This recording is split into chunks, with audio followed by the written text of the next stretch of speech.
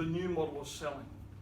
So the new model of selling is, as you can see, we start with trust, and we spend 40% of the time building trust and rapport with the client.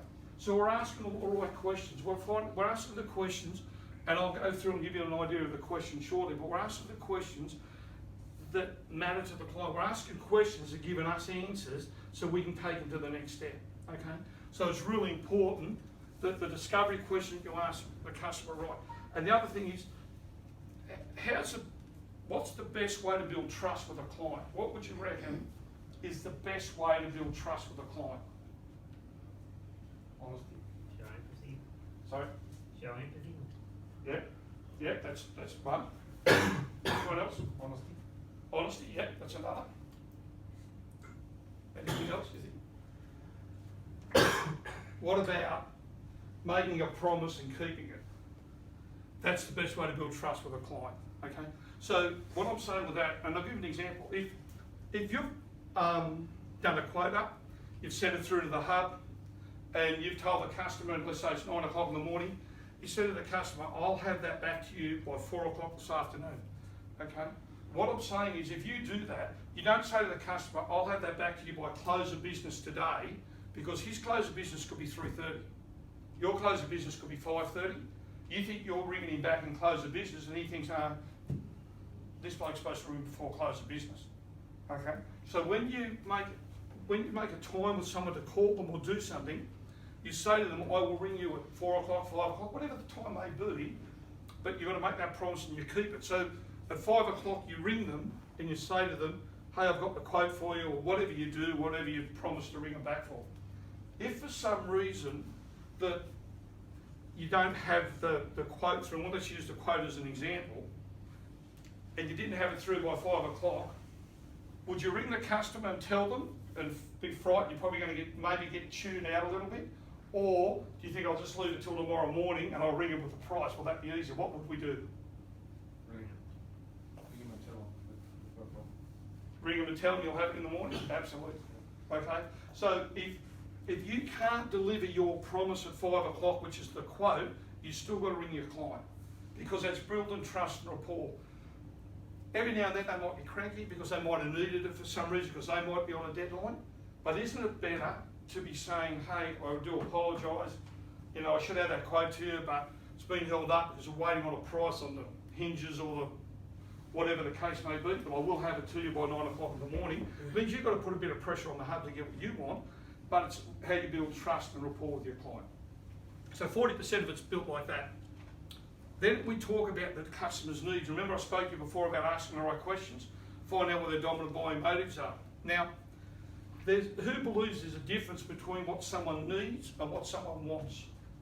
Yep. Okay, so there is a huge difference, because think about the guy that walks into the car dealership with 3 kids, and he goes up to look at the Mustang with his wife, and he says, you know, this is what I want.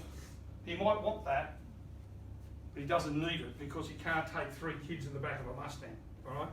So you've got to find out what their needs are, excuse me, and you want to spend the time. And if you spend the time and ask the right questions, you find out what their dominant buying motives are, then you work on that throughout the sale process. I'm not saying that they're not going to ask you about other things about the workstation that you build. They might say, oh, can I do this or can I do that? They're going to probably ask that.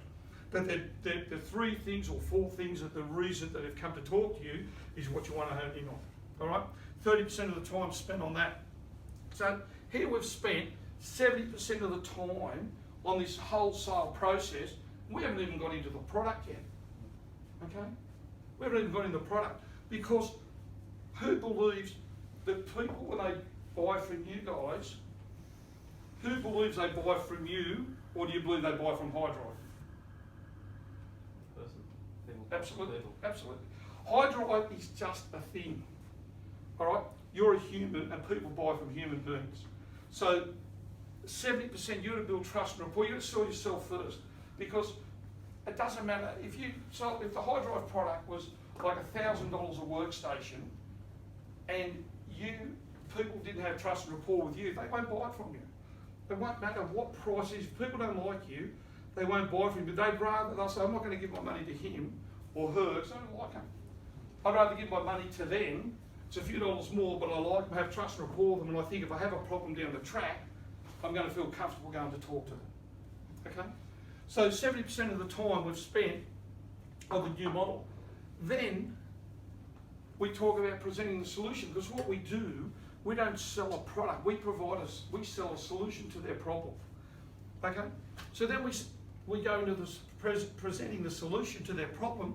We spend 20% of the time on it, because we know what their 3 problem areas are.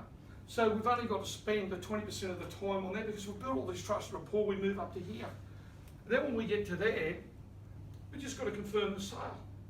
But it's not a big deal, because we've done everything right here, so it's just a matter of, Dan, you happy to go ahead with that? Okay, let's do it. I've confirmed the sale, I've closed the sale. I get a call probably once a week from businesses that ask me if I can go into their business and help their people close the deal. And you know, that's my biggest problem. I mean, we can't get people to close the deal. Salespeople don't do this, they don't close the deal. So I said, okay, you want me to come in and help you people close the deal? I said, yeah. Okay, so how long do you want me to come and do that for? Well, I need you for the whole day. You've got to spend a whole day with them to teach them how to close the deal. Okay? So, how many salespeople do you say you have? And if say they got 10, so okay, so you want me to spend the whole day to teach them how to close the deal, and you want me there for 8 hours. So what do you want me to do for the other 7 hours and 50 minutes? Because to close the deal is, hey Dan, you happy to go ahead? No. Okay, well I've just, okay, I've just got reason to say that, one of us. But, excuse me, but I've just closed the deal by just asking a question, okay? But if I don't do the A to Z right beforehand, I'm never going to get that deal. Doesn't matter how much I try, I'm going to have to go back and do it again. So, but confirming the deal's easy if you get this part here right. If you nail this, it's confirming it's easy, and you spend 10% of the time on closing the deal. And it goes back to the ABC of selling, which I call always be caring. So if you're caring about your customer, and you're looking after your customer, and doing everything right, that's the easy part of it.